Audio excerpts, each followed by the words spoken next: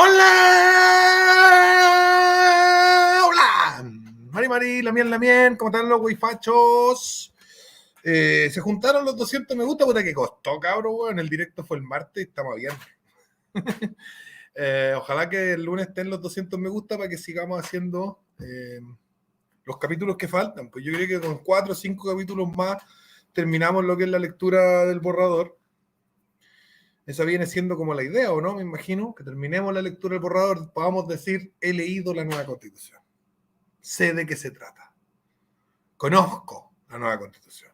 En este momento estamos ya en problemas, porque hay 5 espectadores y ustedes deberían, yo lo compartí por todos lados, partido por todos lados. Tienen que compartirlo por todos lados. Es súper importante que esta weá la compartan en todos lados, que la manden a toda la gente. ¿Ya? No pueden decir que tengamos 7 espectadores, pues bueno. Así que ya, pues vamos compartiendo, Giles Julio. Vamos compartiendo, poniéndole en Twitter, en Instagram, en Facebook, WhatsApp, los grupos de WhatsApp de la familia, los primos, los amigos, los tíos, los hermanos, los primos, los ex compañeros de curso, el grupo de hueones con el que compran autos, no sé, o con el que compran cartas Magic, o lo que sea, compartan el directo, ¿sabes? En todos lados, no importa dónde sea, siempre habrá alguien que pueda interesarle. Esa es la misión de ustedes. Pues yo hago la pega, que es leer la nueva Constitución y comentarla y nos reímos y todo lo demás, y ustedes hacen la pega de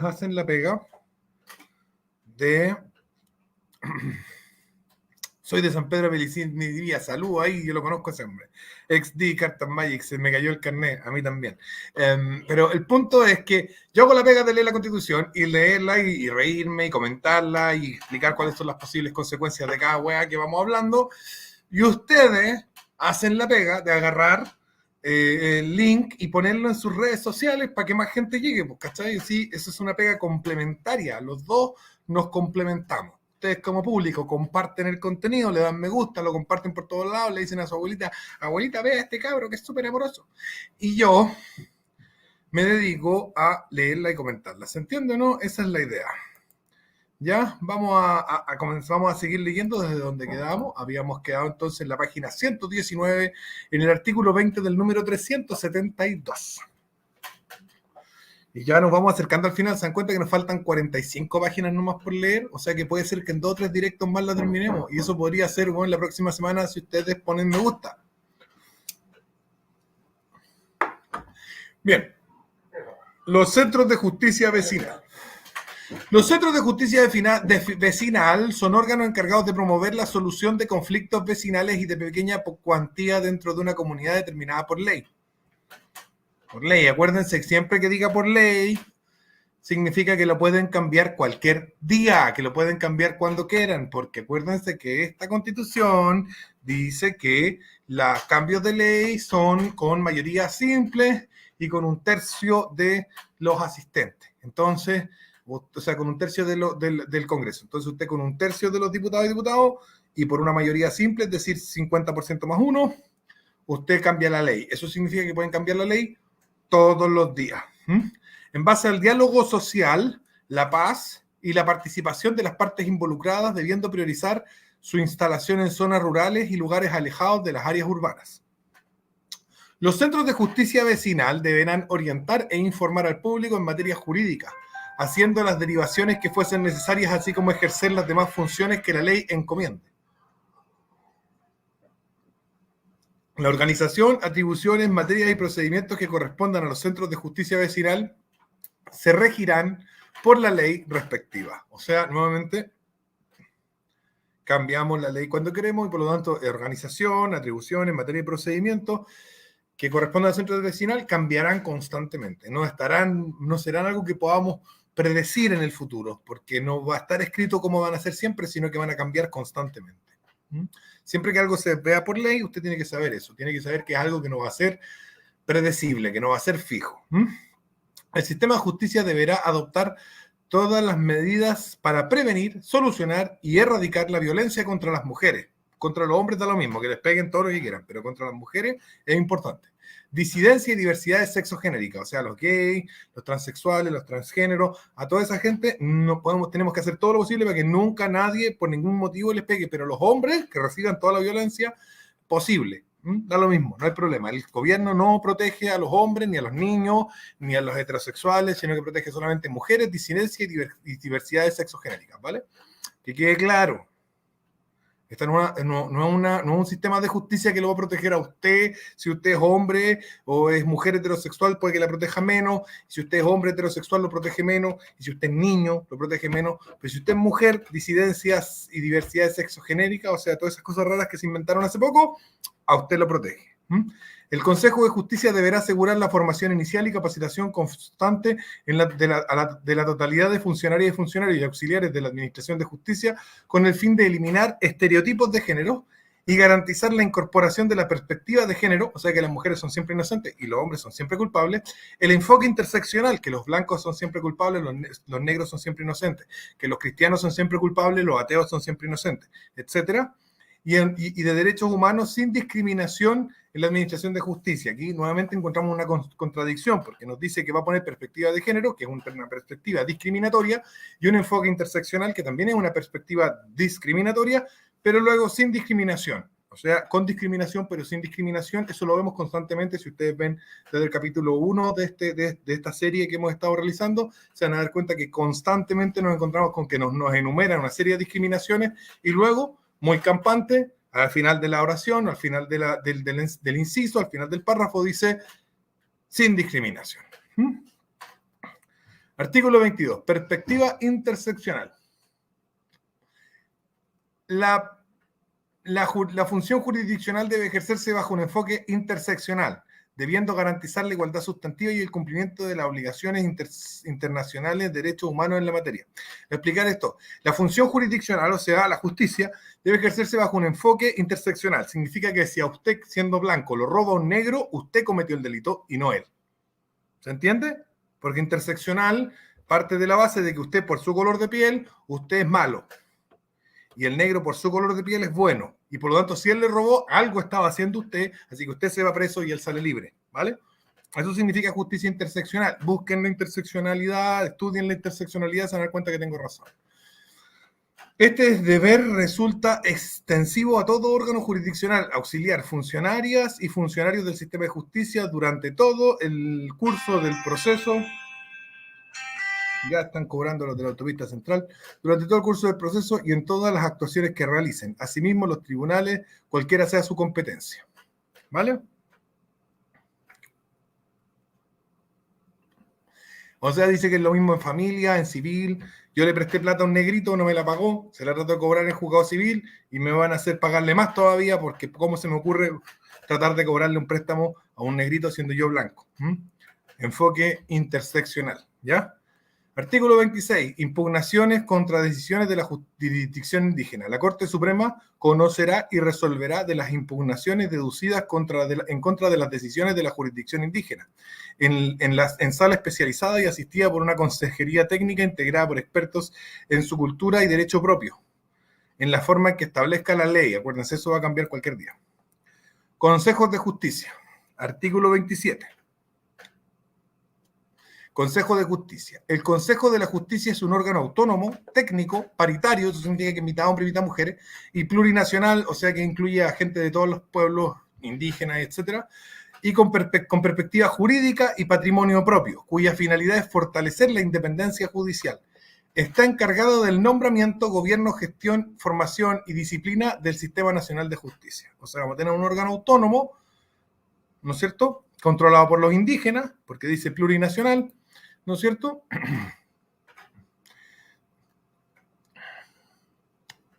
¿Qué significa esto? Que sea plurinacional y que va a encargarse del nombramiento, gobierno, gestión, formación y disciplina del Sistema Nacional de Justicia. Significa que va a haber un consejo, es decir, un grupo de personas, una asamblea, ¿ya? Y que es plurinacional significa que va a haber la misma cantidad de miembros de esta asamblea que sean chilenos, la misma cantidad mapuche, la misma cantidad aymara, la misma cantidad quechua, la misma cantidad chocho, chonchones, cholchol, no sé cómo es la cuestión, y todos esos como 30 pueblos que nombramos en el primer video, y por lo tanto los chilenos vamos a estar en minoría.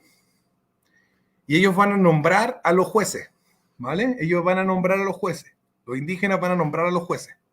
¿Ya? Este es lo que nos dice el artículo 27 en su inciso primero. En el inciso segundo nos dice: en el ejercicio de sus atribuciones debe considerar el principio de no discriminación, inclusión, paridad de género, equidad territorial y plurinacionalidad, lo cual es una discriminación, por lo tanto contradice con la discriminación, con la no discriminación. Artículo 28. Atribuciones del Consejo de Justicia. Son atribuciones del Consejo de Justicia a: nombrar, previo concurso público y por resolución motivada, todas las juezas, jueces y funcionarios del Sistema Nacional de Justicia. B. Adoptar las medidas disciplinarias de juezas, jueces, funcionarios del Sistema Nacional de Justicia, incluida su remoción, conforme lo dispuesto en esta Constitución y la ley, que cambiará cualquier día. Es tercera vez que contradicen un principio que había puesto arriba, que los jueces eran inamovibles. Ahora han puesto 3 condiciones para su remoción, entre estas, ¿no es cierto?, la resolución del Consejo de Justicia. C. Efectuar una revisión integral de la gestión de todos los tribunales del Sistema Nacional de Justicia. En ningún caso incluirá las resoluciones judiciales. En ningún caso incluirá las resoluciones judiciales. D. Evaluar y calificar periódicamente el desempeño de juezas, jueces, funcionarias y funcionarios del Sistema Nacional de Justicia. Bueno, van a vigilar a los jueces.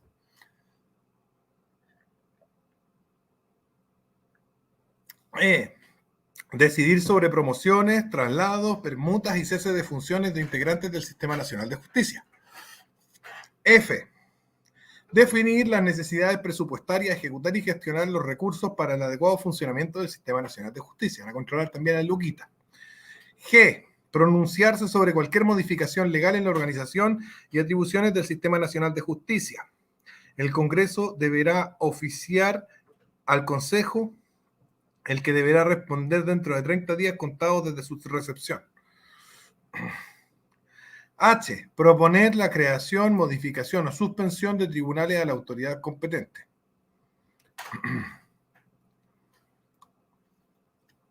Y velar por la habilitación, función y funcionamiento y continuo perfeccionamiento de quienes integran el Sistema Nacional de Justicia. Para estos efectos, la Academia Judicial estará sometida a la dirección del Consejo. J. Dictar instrucciones relativas a la organización y gestión administrativa de los tribunales. Estas instrucciones podrán tener un alcance nacional, regional o local. K. Las demás que encomiende esta Constitución y las leyes, que cambiarán cualquier día. Artículo 29. Composición del Consejo de Justicia. El Consejo de la Justicia se compone de 17 integrantes conforme a la siguiente integración. 8 integrantes serán juezas o jueces titulares elegidos por sus pares. 2 integrantes serán funcionarios o profesionales del Sistema Nacional de Justicia elegidos por sus pares. 2 integrantes elegidos por los pueblos indígenas en la forma en que determine la Constitución y la ley, que cambiará cualquier día. 5 integrantes elegidos por el Congreso, previa determinación de las ternas correspondientes por concurso público a cargo del Consejo de Alta Dirección Pública. Las y los integrantes señalados en la letra C deberán ser personas de comprobada idoneidad para el ejercicio del cargo y que se hayan destacado en la función pública o social. En este caso, en el caso de la letra D, deberán ser profesionales con al menos 10 años del título correspondiente que se hubieran destacado en la actividad profesional académica o en la función pública. Las y los integrantes durarán 6 años en sus cargos y no podrán ser reelegidos, debiendo renovarse por parcialidades cada 3 años de conformidad a lo establecido por la ley. Sus integrantes serán elegidos de acuerdo a criterios de paridad de género, plurinacionalidad y equidad territorial. Artículo 30. Funcionamiento del Consejo de Justicia. El Consejo de Justicia podrá funcionar en pleno o en comisiones. En ambos casos tomará decisiones por mayoría de sus integrantes en ejercicio, con las excepciones que establezca esta Constitución. El Consejo se organizará desconcentradamente en conformidad a lo que establezca la ley. La ley, o sea, acuérdense, eso es algo que cambia, determinará la organización, o sea, va a cambiar su organización constantemente, funcionamiento también va a cambiarlo constantemente, procedimientos que también va a cambiar constantemente, de elección de los integrantes del Consejo, y fijará la planta, régimen de remuneraciones y estatuto de su personal. O sea, ¿cómo vamos a elegir a los miembros del Consejo? Lo va a determinar una ley que va a cambiar a cada rato. Entonces, obviamente, el Congreso va a tener control total sobre los jueces. Artículo 31. Inhabilidades e incompatibilidades. Las y los consejeros no podrán ejercer otra función o empleo, sea o no remunerado, con exclusión de las actividades académicas. Tampoco podrán concursar por ser designados en cargos judiciales hasta transcurrido un año desde que cesen en sus funciones. La ley podrá establecer otras incompatibilidades en el ejercicio del cargo. Las y los consejeros indicados en las letras A y B del artículo sobre composición del Consejo de la Justicia se entenderán suspendidos en el ejercicio de su función mientras dure su cometido en el Consejo. O sea, los que son jueces y entran al Consejo dejan de ser jueces mientras estén en el Consejo. Artículo 32, y los que son funcionarios también. Artículo 32, sobre las causales de cesación de quienes integran el Consejo de la Justicia. Las y los integrantes del Consejo cesarán en su cargo al término de su periodo por cumplir 70 años de edad, por remoción, renuncia, incapacidad física o mental, sobreviviente o condena por delito que merezca pena aflictiva. O sea, pueden hacer delitos que no sean de cárcel y siguen ahí. Tanto la renuncia como la incapacidad del sobreviviente deberá ser aceptada por el Consejo. El proceso de remoción será determinado por la ley, respetando todas las garantías de un debido proceso. Artículo 33. De los nombramientos judiciales. El Consejo efectuará los nombramientos mediante concursos públicos regulados por ley, los que incluirán audiencias públicas. Para acceder a un cargo de juez o jueza dentro del Sistema Nacional de Justicia, se requerirá haber aprobado el curso de habilitación de la Academia Judicial para el ejercicio de la función jurisdiccional. Contar con 3 años en el ejercicio de la profesión de abogado o abogada para el caso de los tribunales de instancia, 5 años para el caso de la Corte de Apelaciones y 20 años para el caso de la Corte Suprema y los demás requisitos que establezca la Constitución y la ley, que como ya dijimos va a cambiar cuando ellos lo deseen. Artículo 34. Potestad disciplinaria.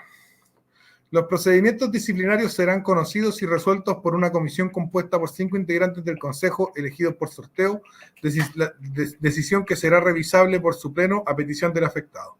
La resolución del Consejo que ponga término al procedimiento será impugnable ante el órgano que establezca la Constitución. Esta es la Constitución, aquí debería establecer el órgano, no se ha establecido el órgano.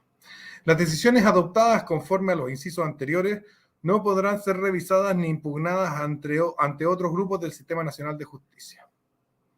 O sea, están por encima de la Corte Suprema. Justicia ambiental, artículo 1. Tribunales ambientales.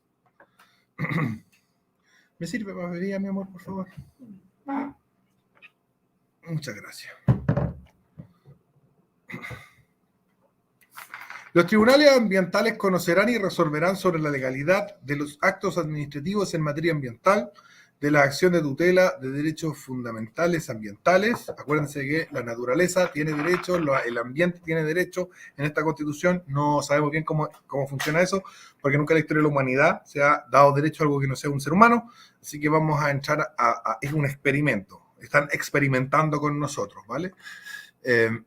Y de los derechos de la naturaleza, la reparación por el daño ambiental y demás que señale la Constitución y la ley, que como ya sabemos va a cambiar cuando sea pertinente a los que mandan.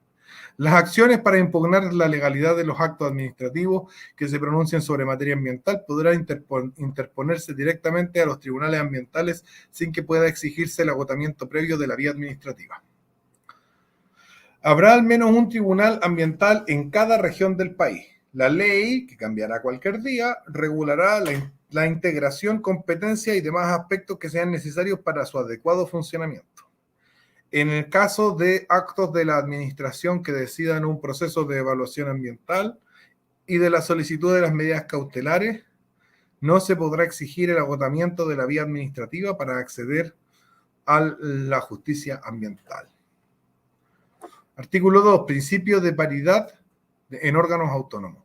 Todos los órganos autónomos que se rigen por el principio de paridad. Nuevamente, mitad hombres, mitad mujeres siempre.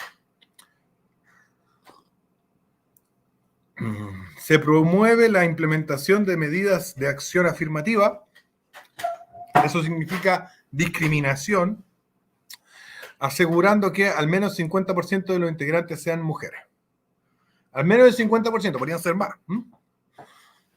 O sea que no es paridad, porque no es mitad hombre, mitad mujeres, sino que es más de la mitad mujeres y menos de la mitad hombres. Capítulo, Ministerio Público. Artículo 3 del Ministerio Público. El Ministerio Público es un organismo autónomo y jerarquizado con personalidad jurídica y patrimonio propio que tiene por función dirigir en forma exclusiva la investigación de los hechos que pudiesen ser constitutivos de delito, los que determinen la participación punible y los que acrediten la inocencia del imputado. Ejercerá la acción penal pública en representación exclusiva de la sociedad y en la forma prevista por la ley. O sea, lo van a cambiar cualquier día. En dichas funciones deberá velar por el respeto y promoción de los derechos humanos, considerando también los intereses de la víctima. También, en segundo lugar, ¿no es cierto? Primero los derechos humanos del asesino, violador, delincuente. Y en segundo lugar, así como si nos queda un poco de tiempo, consideraremos los intereses de la víctima, ¿vale? Para que vean ahí el orden de prioridades, está clarito, ¿no es cierto? Deberá hablar por el respeto y promoción de los derechos humanos, considerando también, como una cosa extra, aparte, tangencial, los intereses de la víctima, respecto de quienes deberán adoptar todas aquellas medidas que sean necesarias para protegerla, al igual que a los testigos. La facultad exclusiva de ciertos órganos de la administración para presentar denuncias y querellas no impedirá que el Ministerio Público investigue y ejerza la acción penal pública. En el caso de delitos que atenten contra la probidad, el patrimonio público o lesionen bienes jurídicos colectivos. En caso alguno, podrá ejercer funciones jurisdiccionales. La víctima del delito y las demás personas que determine la ley podrán ejercer igualmente la acción penal. El Ministerio Público podrá impartir órdenes directas a las fuerzas del orden y seguridad pública para el ejercicio de sus funciones, en cuyo caso podrá además participar tanto en la fijación de metas y objetivos como en la evaluación del cumplimiento de estas órdenes, metas y objetivos. La autoridad policial requerida deberá cumplir sin más trámite dichas órdenes y no podrá cualificar su fundamento, oportunidad, justicia o legalidad, salvo requerir la exhibición, a menos que esta sea verbal, de autorización judicial. O sea, el fiscal le dice a los pacos, vayan y maten a ese huevón, y los pacos tienen que hacerlo. Dice que los pacos no pueden ver si acaso esto está fundamentado, no pueden ver si acaso eso es correcto en la situación, ¿no? De oportunidad. No pueden ver si acaso eso es legal o si acaso eso es justo. Lo único que sí pueden decirle, oiga, y tiene un papelito escrito para que nosotros podamos decir que usted nos mandó, pero básicamente los fiscales tienen control y poder total sobre las policías para mandarlos a hacer lo que se les dé la gana, incluido, no sé, hacerle aseo en la casa. Básicamente este inciso que estamos leyendo le da poder total, dictatorial, totalitario completo, incluso esclavista, a los fiscales sobre las policías. Sigamos. Las actuaciones que amenacen, priven o perturben al imputado o a los terceros en el ejercicio de los derechos que esta Constitución asegura requerirán siempre de la autorización judicial previa y motivada. Pero los carabineros la pueden pedir escrita nomás, pero no pueden ver si acaso está bien. No tienen, digamos, objeción de conciencia si los mandan a hacer algo que ellos se dan cuenta que evidentemente está mal. Fíjense ustedes aquí, los carabineros, la PDI, los policías en general, no tienen capacidad de objetar de conciencia si los mandan a matar a alguien o a detener a alguien que claramente es inocente, etc. Ojo ahí. Artículo 4 de la organización y atribuciones del Ministerio Público. Una ley determinará la organización y atribuciones del Ministerio Público, señalará las calidades y requisitos que deberán tener y cumplir las y los fiscales para su nombramiento, las causales de su remoción. Los fiscales cesarán en su cargo al cumplir los 70 años. Las autoridades superiores de la institución deberán siempre fundar aquellas órdenes e instrucciones dirigidas a los fiscales que puedan afectar una investigación o el ejercicio de la acción penal. Las y los fiscales y funcionarios tendrán un sistema de promoción y ascenso que garantice una carrera que permita fomentar la excelencia técnica y la acumulación de experiencia en las funciones que estos desempeñan. Artículo 5 de las fiscalías regionales. Existirá una fiscalía regional en cada región, me imagino, del país, sin perjuicio que la ley podrá establecer más de una por región. Ya no sería una fiscalía regional. Las y los fiscales regionales deberán haberse desempeñado como fiscales adjuntos durante 5 o más años, no haber ejercido como fiscal regional, haber aprobado cursos de formación especializada y poseer las demás cualidades que establezca la ley. Cuando aparezca un fiscal que no les guste a ellos, van a cambiar la ley para que no pueda aparecer como fiscal regional. Durarán 4 años y una vez concluida su labor podrán retomar la función que ejercían en el Ministerio Público. No podrán ser reelectos ni postular nuevamente al cargo de fiscal regional. Artículo 6. Dirección del Ministerio Público. La dirección superior del Ministerio Público reside en la o el fiscal nacional, quien durará 6 años en el cargo sin reelección. La o el fiscal nacional será nombrado por la mayoría de las y los integrantes del Congreso de Diputadas y Diputados y la Cámara de las Regiones en sesión conjunta, a partir de una terna propuesta por la o el presidente de la República, quien contará con la asistencia técnica del Consejo de Alta Dirección Pública conforme al procedimiento que determine la ley y que van a cambiar cuando quieran. Corresponderá al fiscal nacional a dirigir las sesiones ordinarias y extraordinarias del Comité del Ministerio Público. Después vamos a ver qué es el Comité del Ministerio Público, porque todavía no lo explican. B. Representar a la institución ante los demás órganos del Estado. C. Impulsar la ejecución de la política de persecución penal en el país. D. Determinar la política de gestión profesional de las y los funcionarios del Ministerio Público. E. Presidir el Comité del Ministerio Público. F. Designar a los fiscales regionales a partir de una terna elaborada por la Asamblea Regional respectiva. G. Designar a los fiscales adjuntos a partir de una terna elaborada por el Comité del Ministerio Público. H. Las demás atribuciones que establezca la Constitución, o sea, esto que estamos leyendo, y la ley, o sea, algo que va a cambiar cualquier día.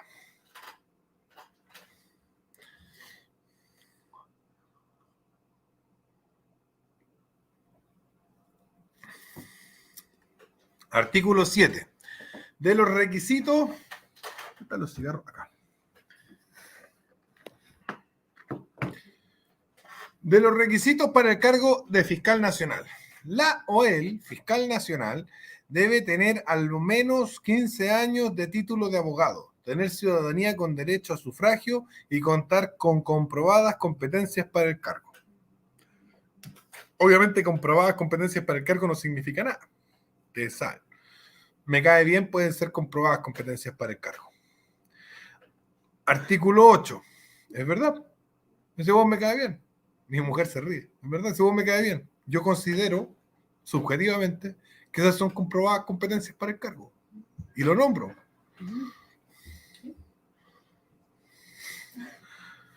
Artículo 8. Atribuciones del Comité del Ministerio Público. Aquí todavía no nos dicen qué es el Comité del Ministerio Público, que tiene que dirigir el fiscal nacional, pero ya nos van a decir cuáles son sus atribuciones. Todavía no nos dicen qué es lo que es, pero ya nos van a decir cuáles son sus atribuciones. Así que veamos cuáles son sus atribuciones, a ver si podemos ir cachando más o menos qué es.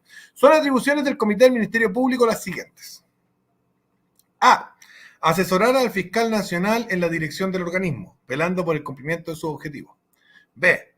Evaluar y calificar permanentemente el desempeño de las y los funcionarios del Ministerio Público. Esta constitución cae todo el rato en el problema republicano clásico, que es el vigilante del vigilante del vigilante del vigilante del vigilante, porque como que todos los funcionarios están vigilados por un funcionario que está vigilado, por un funcionario que está vigilado, por un funcionario que está vigilado, y tiene que ver con esta cuestión como de la desconfianza, ¿cachai? Como que somos todos corruptos, así que todos tenemos que estarnos mirando así, espiándonos mutuamente, en una sociedad de la desconfianza.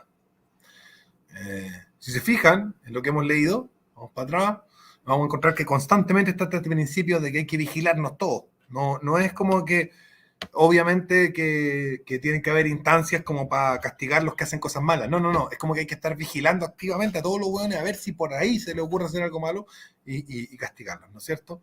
Es una sociedad de la desconfianza, la que instala esta constitución. Instala una sociedad de la desconfianza. Y eso no lo noté en el texto del Dragón de las Tres Cabezas, pero debería modificarlo en ese sentido porque es muy propio de la fase igualitarista. En la fase igualitarista hay mucha sociedad de la desconfianza. Todos piensan que el otro se los quiere cagar. Todos piensan que el otro es corrupto, es malo, es asesino, es ladrón. Voy a añadir eso porque es importante. Creo que es importante y creo que me lo salté.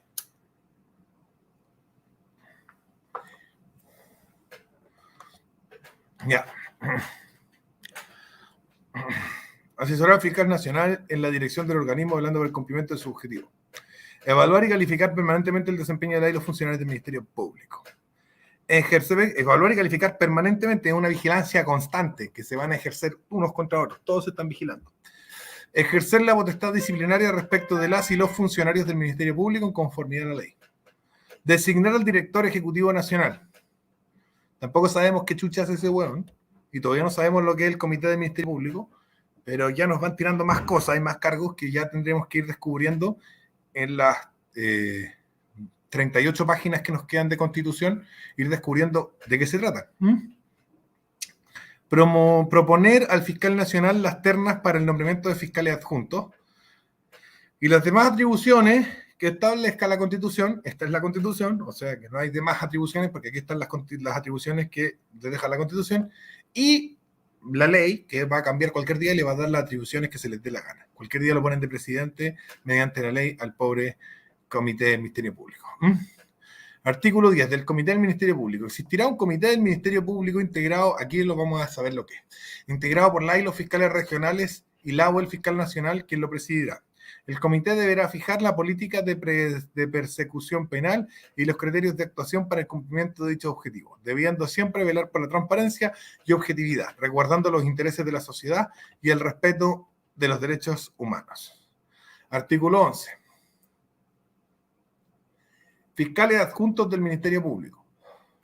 Existirán fiscales adjuntos del Ministerio Público quienes ejercerán su labor en casos específicos que se les asignen y conforme a lo establecido en la Constitución, o sea, aquí, y las leyes, que cambiarán todos los días. Artículo 12 de la rendición de cuentas. La o el fiscal nacional y la y los fiscales regionales deberán rendir anualmente una cuenta pública de su gestión. En el caso de la o el fiscal nacional se rendirá la cuenta ante el Congreso. Y en el caso de las y los fiscales regionales, ante la Asamblea Regional respectiva. Artículo 12 bis, remoción.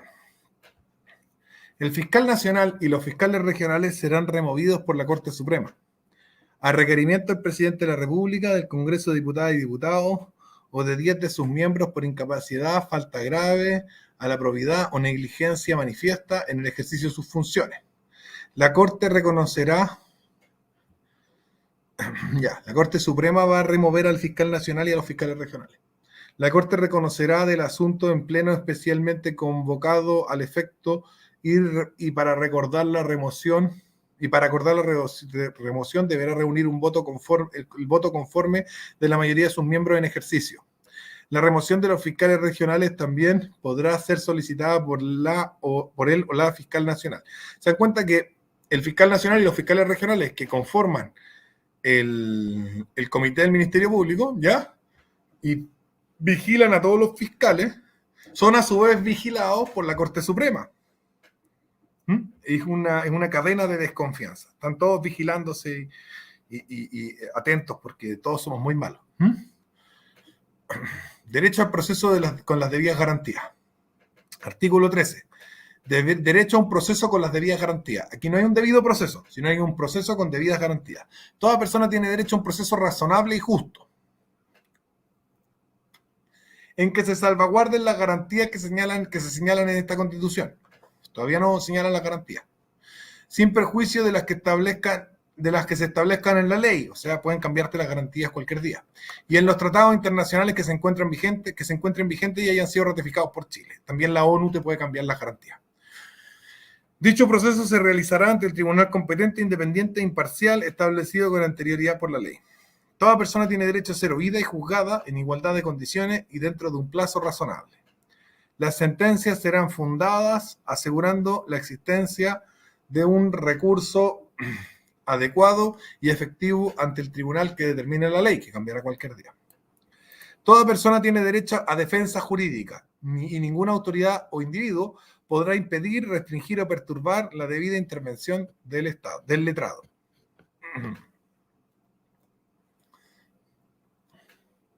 Artículo 13 bis del principio de legalidad de los procedimientos. Los procedimientos judiciales serán establecidos por ley. o que significa cuando dicen ley. En otras constituciones no significa eso, pero en esta significa eso. Los procedimientos judiciales serán establecidos por ley, dice, los procedimientos judiciales cambiarán cada vez que al Congreso se le pare el culo. ¿Mm? Artículo 300, o sea, número 398, artículo 13, tercia. La Constitución asegura la asistencia y ajustes de procedimientos necesarios, adecuados a edad o discapacidad de las personas según corresponda, a fin de poder de que ellas puedan, esto está muy mal escrito, probablemente lo puso la Loncón, intervenir debidamente en el proceso. Artículo 14, garantías procesales penales. Toda persona tiene derecho a las siguientes garantías procesales penales mínimas. Aquí vienen las garantías que nombramos más arriba, por fin. A que toda actuación de la investigación o procedimiento que le prive, restrinja o perturbe el ejercicio de los derechos que asegura esta Constitución requiere previa autorización judicial. B. A conocer los antecedentes de la investigación seguida en su contra, salvo las excepciones que la ley señale. Ojo arriba, la A dice que pueden, todos los derechos que la Constitución dijo que eran inalienables, inherentes, y que todos esos derechos eran del ser humano y que estaban con él desde siempre porque eran inherentes a él y eran tan importantes, si un juez te los quiere quitar, te los quita. Eso es lo que dice acá. O sea, dice, parece como que fuera difícil. No. Requiere preautorización judicial significa el juez te quita tus derechos cuando el juez se le para el culo. B. A reconocer los antecedentes que, claro, le dan tanto poder al fiscal que puede mandar a los carabineros a hacerle el café y hacerle la cama y pasarle la aspiradora en la casa, y le dan tanto poder al juez como para quitarle los derechos a la gente, que obvio que después tienen que vigilarse entre todos para que no se arranquen con los tarros. Pero es que es un pésimo mecanismo. Le damos un montón de poder y luego los vigilamos. ¿Por qué así eso? Pero bueno, es el sistema que nuestra querida convención culiada decidió. Ese es el tipo de Estado que dice, un Estado con todo el poder y con mucha intravigilancia. A conocer los antecedentes de la investigación seguida en su contra, salvo excepciones que la ley señale. ¿Ya? O sea, que te tienen que decir de qué te están investigando. Básicamente lo que existe hoy en día, esto de acceso a la carpeta investigativa. C. A quien se presuma su inocencia mientras no exista una sentencia condenatoria firme y dictada en su contra. D. A que no se presuma de derecho a la responsabilidad penal.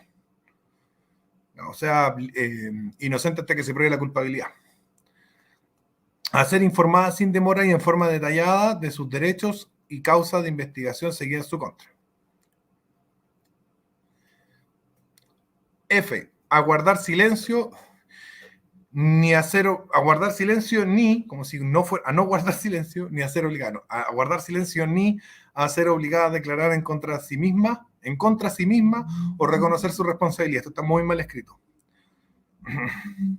No podrán ser obligados a declarar en contra del imputado sus ascendientes, descendientes, cónyuge, conviviente civil y demás personas que señalen la ley. Eso lo van a cambiar cuando quieran. A que su libertad sea la regla general. Las medidas cautelares personales son excepcionales, temporales y proporcionales, debiendo la ley regular los casos de procedencia y requisitos. Puta, están metiendo ruido ahí afuera. ¿Me escuchan bien? Voy a ver si me escuchan bien.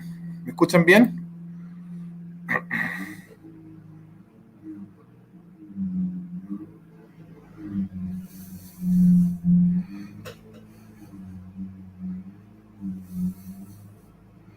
Se escucha bien ya, porque hay una persona metiendo un ruido increíble en mi patio.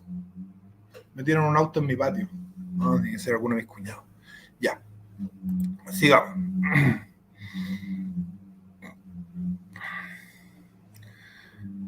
A no ser sometido a un nuevo procedimiento, investigación o por persecución penal por el mismo hecho respecto del cual haya sido condenada, absuelta o sobreseída definitivamente por sentencia ejecutoriada.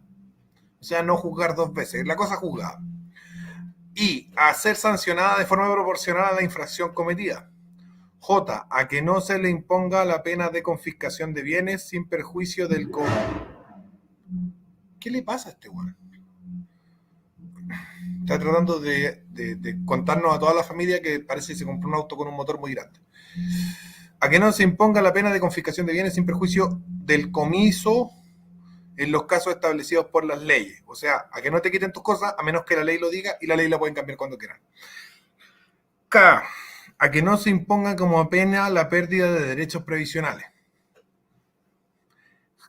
L. A que la detención o la internación de una o un adolescente se utilice solo de forma excepcional durante un periodo más breve durante el periodo más breve que proceda. Eso significa el más breve que se me ocurra, y conforme a lo establecido en esta Constitución, la ley y los tratados internacionales de derechos humanos. La ley que cambiará cualquier día. Y los tratados internacionales de derechos humanos que los impone la ONU cada cierto tiempo. Los cambia como cada 2 años. Del principio de legalidad de los delitos y las penas. Ninguna persona podrá ser condenada por acciones u omisiones que al producirse no constituyan delitos según la legislación vigente en aquel momento. O sea, que no es retroactiva la ley penal. No te pueden castigar por algo que todavía no prohíben. Ningún delito se castigará con otra pena que la señalada por una ley que haya entrado en vigencia con anterioridad a su perpetración, a menos que una nueva ley favorezca al imputado. Ninguna ley podrá establecer penas sin que la conducta que se sanciona esté descrita de manera clara y precisa en ella. Lo establecido en este artículo también será aplicable a las medidas de seguridad.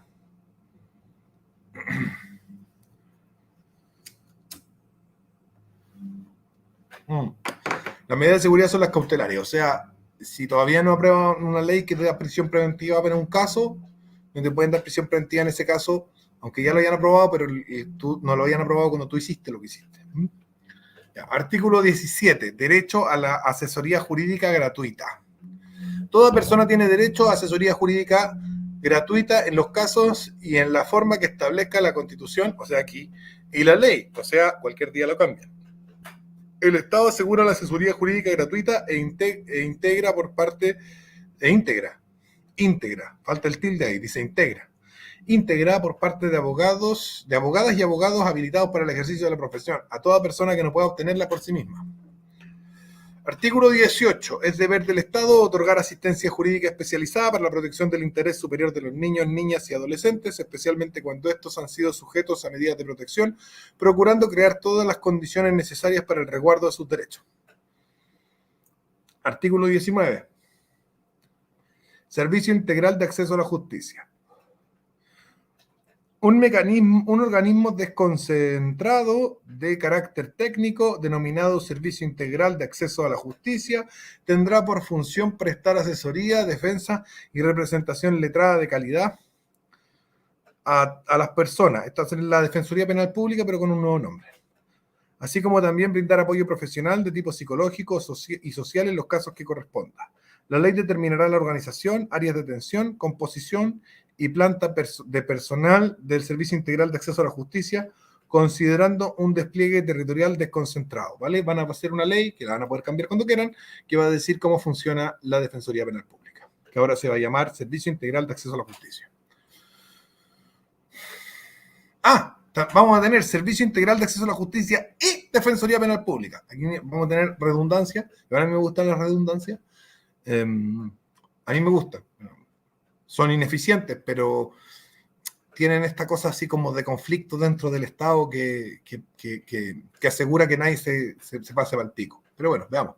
Artículo 20 de la Defensoría Penal Pública. La Defensoría Penal Pública es un organismo autónomo con personalidad jurídica y patrimonio propio que tiene por función proporcionar la defensa penal a los imputados por hechos que pudiesen ser constitutivos de delito, que deban ser conocidos por los tribunales con competencia en lo penal, desde la primera actuación de la investigación dirigida en su contra hasta la completa ejecución de la pena que haya sido impuesta y que carezca de defensa letrada. En las causas que intervenga la Defensoría Penal Pública podrá concurrir ante los organismos internacionales de derechos humanos. La ley determinará la organización y atribuciones de la Defensoría Penal Pública, debiendo garantizarse su independencia externa. O sea, van a poder cambiar la organización y atribuciones de la Defensoría Penal Pública cuando quieran, porque lo va a hacer la ley.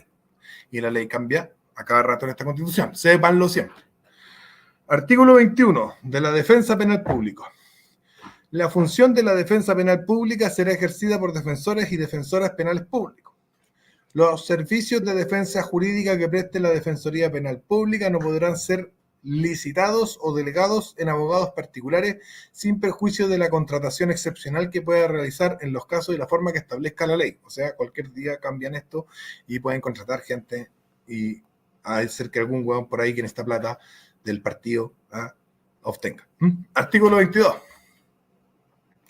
Dirección de la Defensoría Penal Pública. La dirección superior de la Defensoría Penal Pública será ejercida por la o el defensor nacional, quien durará 6 años en el cargo sin reelección. La defensora o defensor nacional será nombrada por la mayoría de las y los integrantes del Congreso de Diputadas y Diputados y la Cámara de las Regiones en sesión conjunta a partir de una terna propuesta por la o el presidente de la República conforme el procedimiento que determina la ley. Estos son los que vigilan a los defensores. Vamos a ver ahora quién los vigila a ellos. Te apuesto que va a llegar. La Defensoría del Pueblo, artículo 26. Te apuesto que estos son los que vigilan a los que vigilan a los defensores penales públicos. No lo he leído, pero lo aseguro. La Defensoría del Pueblo, un organismo autónomo con personalidad jurídica y patrimonio propio, denominada Defensoría del Pueblo, tendrá por finalidad la promoción y protección de los derechos humanos asegurados en esta Constitución, en los tratados internacionales de derechos humanos ratificados por Chile, o sea, lo que se le ocurre a la ONU, así como los emanados de los principios generales del derecho y de las normas imperativas reconocidas por el derecho internacional, de nuevo, lo que mande la ONU, ante los actos u omisiones de los órganos de la Administración del Estado y de las entidades privadas que ejerzan actividades de servicio y utilidad pública en la forma que establezca la ley. Ya. La Defensoría del Pueblo no vigila la Defensoría Penal Pública, vigila todo. Dice, ante los actos u omisiones de los órganos de la Administración del Estado, todos los órganos de Administración del Estado, y de entidades privadas que ejerzan actividades de servicio o utilidad pública, o sea, las empresas también, en la forma que establezca la ley. La Defensoría del Pueblo tendrá defensorías regionales que funcionarán en forma desconcentrada en conformidad a lo que establezca su ley. La ley determinará las atribuciones, organización, funcionamiento y procedimiento de la Defensoría del Pueblo. Artículo 27, inciso primero. Atribuciones de la Defensoría del Pueblo. Vamos a ver qué es lo que hace la Defensoría del Pueblo, que ya vimos que está encargada de vigilar todo. Este es como el vigilante máximo. La Defensoría del Pueblo tendrá las siguientes atribuciones. 1. Fiscalizar a los órganos del Estado en el cumplimiento de sus obligaciones en materia de derechos humanos. ¡Wow! ¡Pum! Partimos. Vamos. Todos los órganos del Estado. Formular recomendaciones en materia de su competencia. Realizar acciones de seguimiento y monitoreo respecto de, aquí está la vigilancia, ¿no es cierto?, respecto de las recomendaciones formuladas por los organismos internacionales en materia de derechos humanos y las sentencias dictadas contra el Estado de Chile por tribunales internacionales de derechos humanos. ¿Vale? O sea, la Fiscalía del Pueblo, la Defensoría del Pueblo se llama, ¿no? Sí, Defensoría del Pueblo. La Defensoría del Pueblo tiene poder para ejecutar lo que diga la ONU en Chile. Tramitar y hacer seguimiento de reclamos sobre vulneraciones de derechos humanos y derivar en su caso. Deducir acciones y recursos que esta Constitución y las leyes establecen, o sea que van a poder establecer las acciones y recursos que quieran mediante cambiar la ley cuando se les dé la gana, cuando se identifiquen patrones de violación de los derechos humanos. Interponer acciones constitucionales y legales ante los tribunales de justicia respecto de los hechos que revistan carácter de crímenes de genocidio, de lesa humanidad, de guerra, tortura, desaparición forzada de personas, trata de personas y demás que establezca la ley. Custodiar y preservar los antecedentes reunidos por Comisión de Verdad, Justicia, Reparación y Garantías de No Repetición. Acuérdense que tenemos esa comisión. Comisiones de Verdad, Justicia, Reparación y Garantías de No Repetición. Eso lo vimos creo que en el capítulo 3 o 4. Recomendar la presentación de proyectos de ley en materia de su competencia. Las demás que le encomiende la Constitución, o sea, esto, y la ley, que cambiará cuando sea necesario para el poder de estos hueones. Todo órgano deberá colaborar con los requerimientos de la Defensoría del Pueblo, pudiendo acceder de forma a la información necesaria y constituirse en dependencias de los órganos objeto de la fiscalización en conformidad a la ley. Durante los estados de excepción constitucional, la Defensoría del Pueblo ejercerá plenamente sus atribuciones. Ahora vamos a ver cómo se organiza la Defensoría del Pueblo.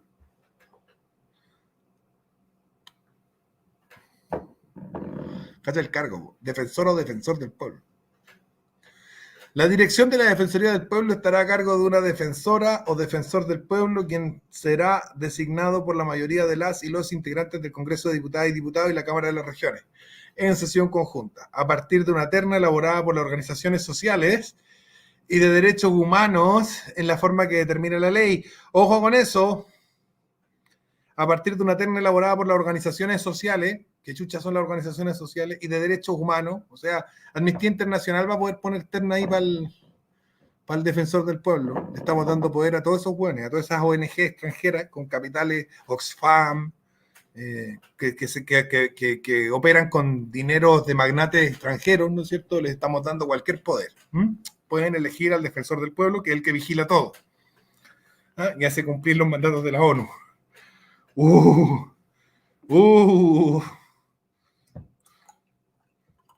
Dense cuenta, cabros, dense cuenta. Existirá un Consejo de la Defensoría del Pueblo cuya composición y funcionamiento y atribuciones serán determinados por la ley. O sea, lo van a cambiar cada vez que lo vean necesario.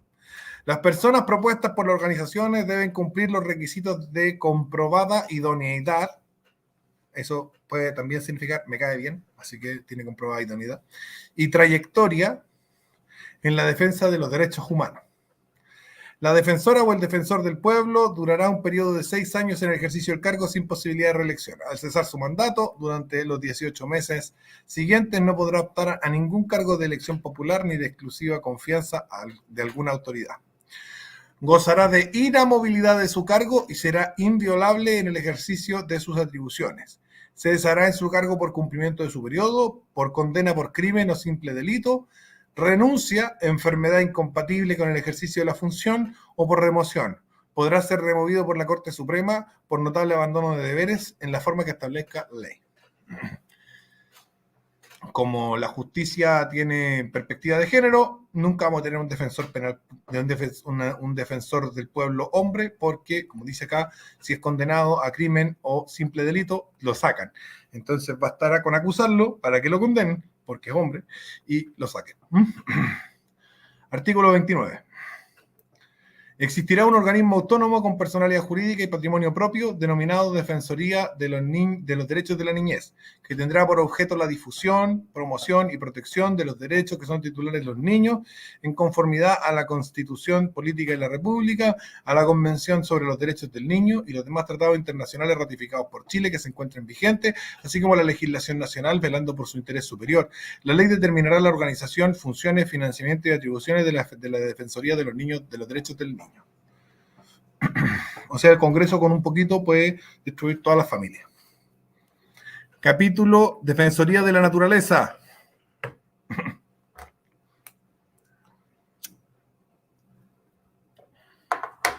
Un organismo autónomo con personalidad jurídica y patrimonio propio denominada Defensoría de la Naturaleza tendrá por finalidad la promoción y protección de los derechos de la naturaleza y de los derechos ambientales asegurados en esta Constitución, en los tratados internacionales y ambientales ratificados por Chile frente a los actos u omisiones de los órganos de administración del Estado y entidades privadas, ¿vale? Estos buenos los gobiernan a todos. Todos estos que son defensorías los gobiernan a todos. Son el verdadero poder. Y no son democráticos. ¿Ya? Y sí tienen que obedecer, aquí, los tratados internacionales ratificados por Chile, tienen que obedecer a la ONU. La Defensoría de la Naturaleza tendrá defensorías regionales que funcionarán en forma desconcentrada en conformidad a lo que establezca su ley. La ley determinará las atribuciones, organización, funcionamiento y procedimientos de la Defensoría de la Naturaleza. Acuérdense de eso, la ley, lo peligroso es que lo cambien cuando quieran. Artículo 31. Atribuciones de la Defensoría de la Naturaleza. La Defensoría de la Naturaleza tendrá las siguientes atribuciones. Fiscalizar a los órganos del Estado en el cumplimiento de sus obligaciones en materia de derechos ambientales y derechos de la naturaleza. Formular recomendaciones en materia de su competencia. tramitar y hacer seguimiento de los reclamos sobre vulneraciones de derechos ambientales y derivar en su caso. Deducir acciones constitucionales y legales cuando se vulneren derechos ambientales y de la naturaleza y las demás que encomiende la Constitución y la ley. Artículo 32. Dirección de la Defensoría de la Naturaleza. Fijémonos en este cargo de nuevo, ¿bien? La dirección de la Defensoría de la Naturaleza estará a cargo de una defensora o defensor de la naturaleza, quien será designado por la mayoría de las y los integrantes del Congreso de Diputadas y Diputados y de la Cámara de las Regiones en sesión conjunta a partir de una terna elaborada, aquí viene, por las organizaciones ambientales de la sociedad civil, o sea, Greenpeace, más millonarios internacionales haciendo mucho poder en Chile. Estas defensorías claramente tienen todo el poder. La Defensoría del Pueblo, la Defensoría de la Niñez. La Defensoría del Pueblo tiene todo el poder en todo. La Defensoría de la Naturaleza también. Y la Defensoría de la Niñez tiene todo el poder en términos familiares. Puede hacer cagar la familia. Y todas estas se organizan mediante las organizaciones sociales, las organizaciones ambientales, las organizaciones, las ONGs, ¿cachai? Y las ONG responden a los hueones millonarios que les pasan plata.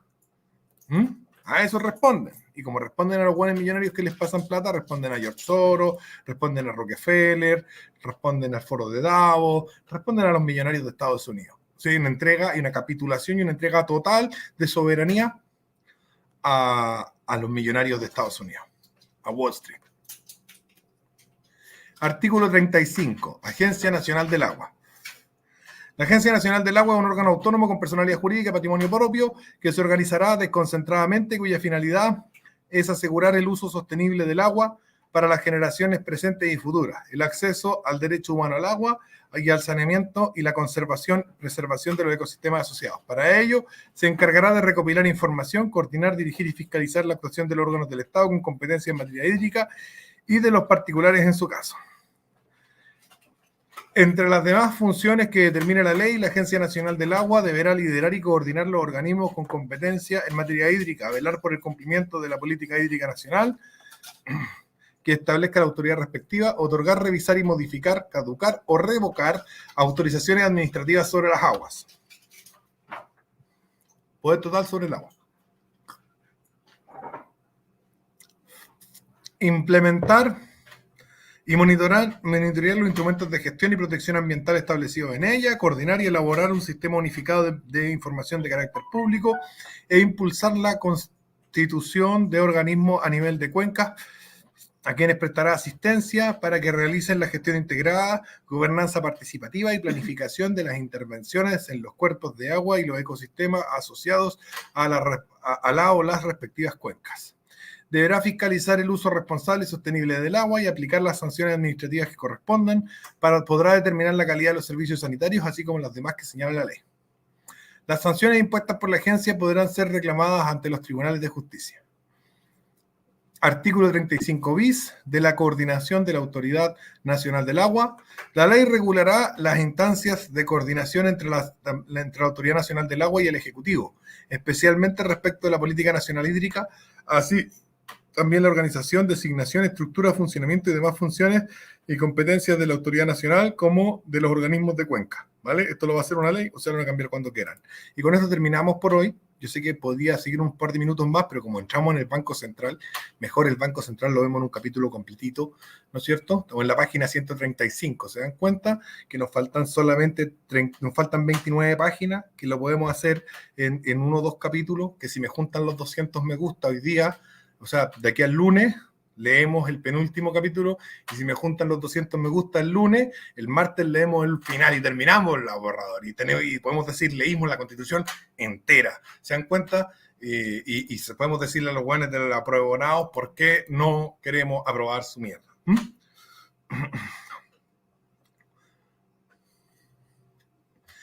¿Van a hacer llover? Pregunta Rodrigo Quesada, probablemente. ¿Ya? Así que eso. Recuerden juntar los me gustas, y tampoco es un gran requisito. 200 me gustas no es nada, bueno.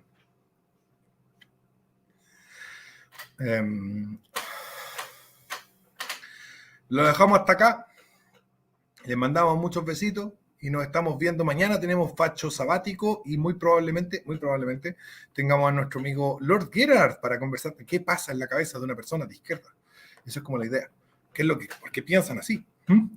Así que lo vamos a estar como, digamos, va a ser como una especie como de interrogatorio, pero interrogatorio en buena, pero tratando de sacar el fallo, ¿no es cierto? Tratando de sacar la lógica. ¿Cuál es la lógica de esta gente? Yo no la entiendo, pero haremos nuestro mejor esfuerzo por entenderla el día de mañana. Un abrazo y nos vemos. Besitos. Chau, chau.